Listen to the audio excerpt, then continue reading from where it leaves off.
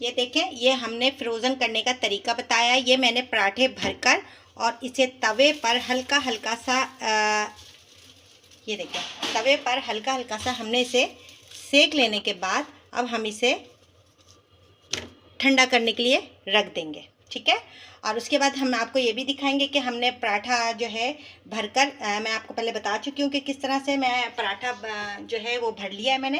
तो ये मैं आपको दिखा दूँ, ये पेड़ा है, मैंने इसके अंदर आलू, जो भी आप जिस तरह की भी फीलिंग करते हो आप, आलू और चीज़ जो भी ठीक है।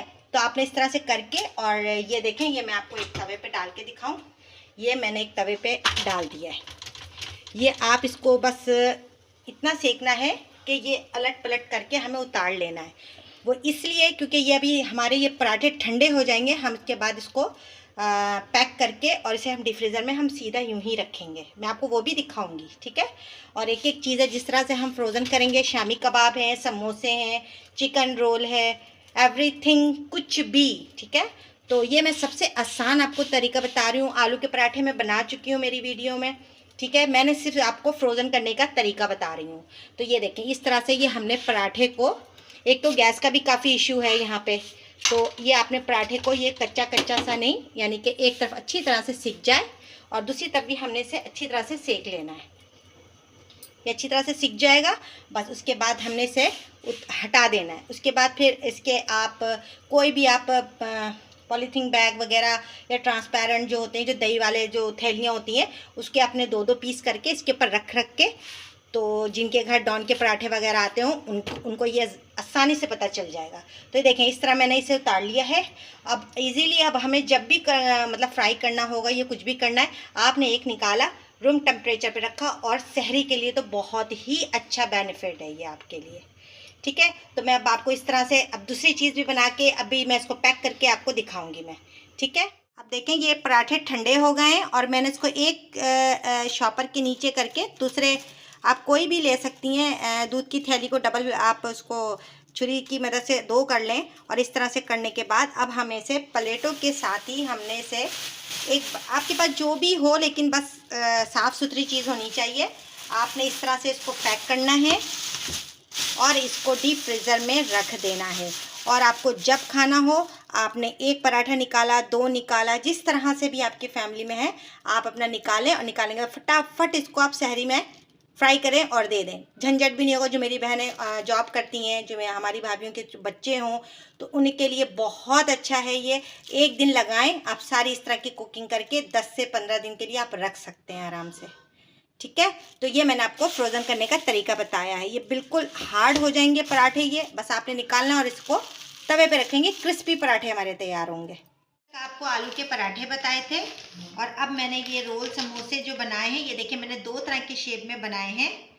और मैंने ये रोल में बनाया है, 1 बाइट रोल में। मैंने चिकन के समोसे आप लोगों को मेरी वीडियो डली हुई है, ये मैंने आपको फ्रोज़न करने का तरीका बता रही हूँ। ये देखिए, मैंने ये मिनी समोसे बनाए हैं चिकन के, कीमे के, बीफ के। ठीक है, ये देखिए मैंने इस तरह से इसको ट्रे में रखा। ये थोड़ा सा सख्त सा हो गया है, तो मैंने देखिए हर साइज़ के बनाए हैं। ठीक है, तो कभी कभी ये मूड होता है तो इसकी शक्ल भी, शेप भी अगर चेंज करके हम खाएं तो ज़रा मज़ा आता है।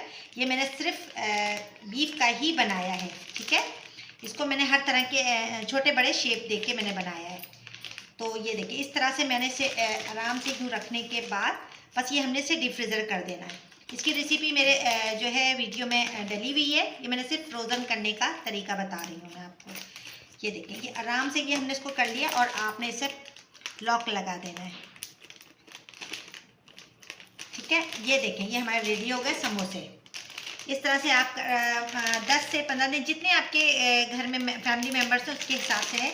और ये मैंने दो तरह के बनाए हैं इसके अंदर, ये भी बीफ का ही है। ठीक है, तो ये मैंने रोल में किया है, और ये मैंने जो है ये समोसों की शेप में किया है। छोटे बड़े मैंने हर तरह की शेप में रखा है इसे। अब मैं आपको इंशाल्लाह ताला चिकन का भी किस तरह से बनेगा, मैं आपको उसका भी फ्रोज़न का बताऊंगी तरीका। ये देखें, ये मैंने मटर को, फ्रेश मटर है ये, मैंने इसको छिलकों में से निकाला है। ये रेडीमेड मटर नहीं है जो छिले हुए होते हैं। ये मैंने से देखें छिलकों में से छील करके निकालने के बाद मैंने इसे डीप कर दिया है। ये देखें, डीप फ्रीज़र से मैंने 2 बैग जो है आराम से निकाला है और मैंने, और इसे धोने के बाद छन्ने में रख लें आप। और जब भी आपको कीमा मटर बनाना है, कीमा के पराठे, मटर के पराठे बनाने हैं, आपको कुछ भी मटर के समोसे बनाने हैं, तो आपने बस निकालना है और उसे बॉईल करना है, मसालों में भूनना है। आपने डायरेक्ट इस तरह से ये आप करके रख सकते हैं और ये बहुत जल्दी नरम भी हो जाते हैं, डालते साथ ही जो है ये फ़ौरन सॉफ्ट हो जाते हैं ये मटर जो है हमारे।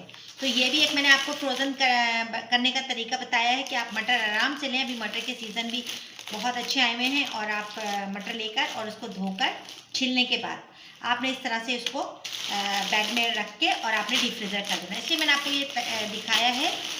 आसानी से आप लोग ये भी फ्रोज़न कर सकते हैं, ये इसको भी इसी तरह से पैक कर लें। आप पैक करके आराम से रख सकते हैं।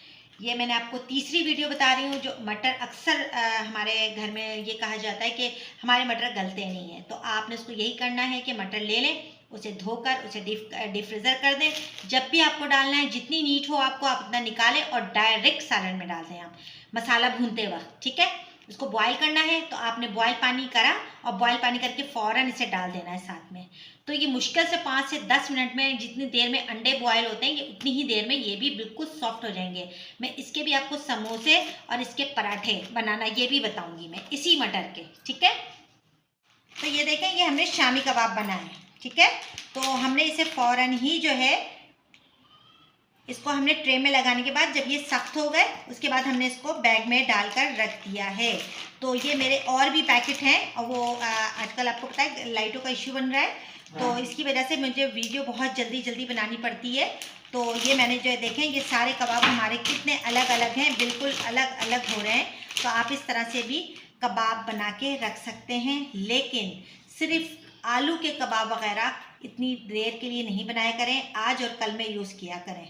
ठीक है, तो आलू के कबाब या आलू की कोई भी चीज़ मैं बनाऊंगी तो मैं आपको फ़ौरन ही बताऊंगी, और सिर्फ आज और कल के लिए यूज़ करें। अगर आप एक दूसरे दिन भी यूज़ करते हैं ना, तो वो आलू की उसमें वो मज़ेदारी नहीं रहती है। तो लिहाजा आप चिकन बनाएं, बीफ बनाएं, जो भी बनाएं आप, लेकिन आलू के आइटम को डेली का रखा करें कि भाई आपने आलू का आइटम जो भी बनाना है वो डेली बनाना है। उसको डीप फ्रीज़र नहीं कीजिएगा, क्योंकि जब हम फ्राई करते हैं तो वो पिचपिचे से हो जाते हैं। ठीक है, तो ये मैंने शामी कबाब बनाए थे, तो ये मैंने आपको दिखा दिया कि मैंने किस तरह से इसको फ्रोज़न किया है। तो ये मैंने आपको चौथा तकरीबन आइटम बता रही हूँ। मैंने सारा ये सब कुछ फ्रोज़न करके रखा है।